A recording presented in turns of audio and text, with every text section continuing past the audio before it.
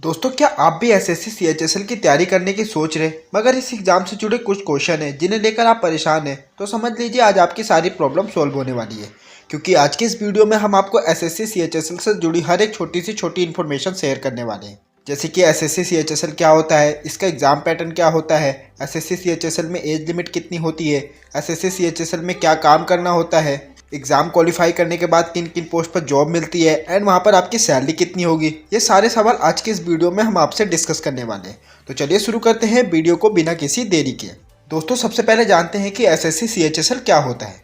दोस्तों, SSC CHSL का full form staff selection commission और सीएचएसएल का full form combined higher secondary level होता है। यह एक नेशनल लेवल का एग्जाम होता है जिसमें पास हुए कैंडिडेट की नियुक्ति इंडियन गवर्नमेंट के डिफरेंट डिपार्टमेंट मिनिस्ट्रियल ऑफिस में ग्रेड बी और ग्रेड सी लेवल के खाली पोस्ट पर होती है, जहां उन्हें अच्छी सैलरी तो मिलती है, साथ ही समाज में मान और सम्मान भी मिलता है। तो दोस्तों, अगर आप भी एसएससी सीएचएसएल का फॉर्म भरने की सोच रहे हो तो आपके लिए फॉर्म भरने से पहले उसकी एलिजिबिलिटी क्राइटेरिया जानना बेहद ज़रूरी है, ताकि फॉर्म भरते समय आपको किसी भी तरह का प्रॉब्लम का सामना ना करना पड़े।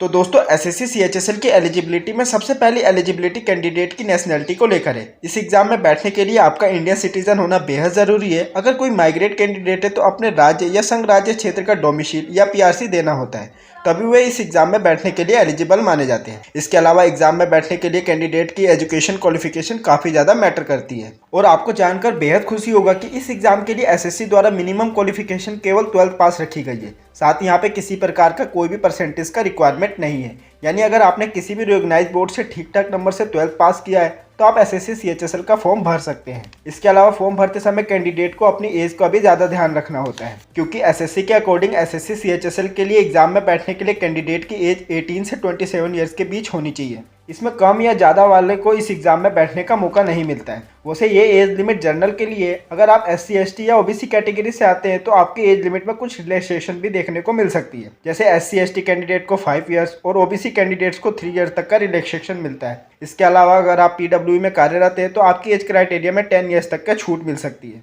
तो दोस्तों, अगर आप इन सभी एलिजिबिलिटी क्राइटेरिया को फुलफिल कर लेते हैं तो आप CHSL के एग्जाम देने के लिए एलिजिबल माने जाते हैं। पर उससे पहले आपको एसएससी सीएचएसएल के एग्जाम पैटर्न को भी समझना जरूरी है, ताकि आप अपनी तैयारी अच्छे से कर सकें। तो दोस्तों, एसएससी सीएचएसएल का एग्जाम 3 स्टेज में डिवाइड है। पहला Tier 1, दूसरा Tier 2, तीसरा Tier 3। Tier 1 एग्जाम में कैंडिडेट को कंप्यूटर बेस्ड एग्जाम देना पड़ता है, जिसमें 4 सब्जेक्ट होते हैं। पहला जनरल अवेयरनेस, दूसरा मैथमेटिक्स, तीसरा रीजनिंग, चौथा इंग्लिश से क्वेश्चन पूछे जाते हैं। सभी क्वेश्चन एमसीक्यू टाइप्स में होते हैं, जिन्हें सोल्व करने के लिए कैंडिडेट को 60 मिनट तक का टाइम दिया जाता है। इन 60 मिनट के अंदर टोटल 100 क्वेश्चन सोल्व करने पड़ते हैं, जिसके लिए उन्हें 200 नंबर दिए जाते हैं, यानी हर क्वेश्चन का सही जवाब देने पर कैंडिडेट को 2 मार्क्स मिलते हैं। इसके साथ ही यहाँ नेगेटिव मार्किंग भी होती है। दोस्तों, जो कैंडिडेट एसएससी सीएचएसएल के Tier 1 एग्जाम पास आउट कर लेते हैं उन्हें एसएससी सीएचएसएल के Tier 2 एग्जाम के लिए बुलाया जाता है। एसएससी सीएचएसएल की Tier 2 एग्जाम 2 सेक्शन में डिवाइड किया गया है। इसके पहले भाग को एसएससी सीएचएसएल Tier 2 भाग 1 एग्जाम और दूसरे भाग को एसएससी सीएचएसएल Tier 2 भाग 2 एग्जाम के नाम से जाना जाता है। भाग 1 एग्जाम में कैंडिडेट से एमसीक्यू टाइप क्वेश्चन पूछे जाते हैं, वहीं भाग 2 एग्जाम में टाइपिंग टेस्ट और स्किल टेस्ट कराई जाती है। एसएससी सीएचएसएल के Tier 2 भाग 1 एग्जाम से कैंडिडेट से टोटल 5 सब्जेक्ट यानी mathematics, reasoning, general awareness, English और कंप्यूटर से क्वेश्चन पूछे जाते हैं, जिन्हें सोल्व करने के लिए 2 आवर्स 50 मिनट तक का टाइम दिया जाता है। इस एग्जाम में सभी सब्जेक्ट को मिलाकर टोटल 135 क्वेश्चन 400 मार्क्स के लिए पूछे जाते हैं। अब अगर बात करें एसएससी सीएचएसएल Tier 2 एग्जाम भाग 2 की, तो इसमें टाइपिंग टेस्ट और स्किल टेस्ट कराई जाती है।